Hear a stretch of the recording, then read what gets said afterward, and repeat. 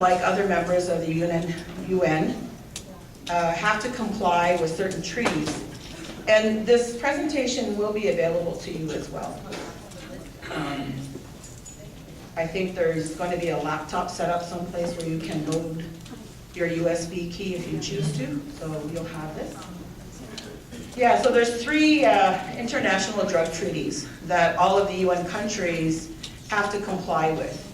And that's to ensure that there's some worldwide consistency related to drugs and their availability and how we address issues related to drugs and harms related to drugs.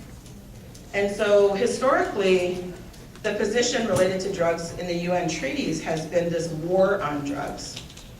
And so the criminalization for drug use, illicit drug use, or misuse of legal drugs. And this past spring, the UN passed a new declaration that changed that whole philosophy from the war on drugs to taking a human rights approach to drugs.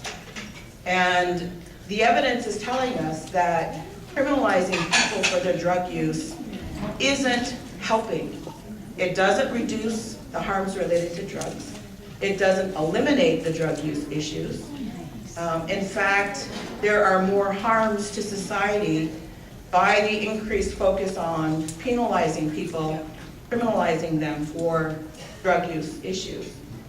And so there are some countries in the world who have already taken this human rights approach, meaning that people who use drugs have to be, have the right to health, first of all.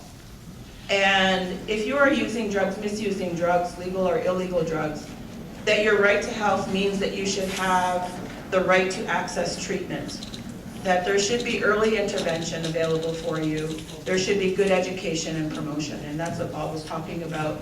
Taking a public health approach means that we should have the right to those types of things.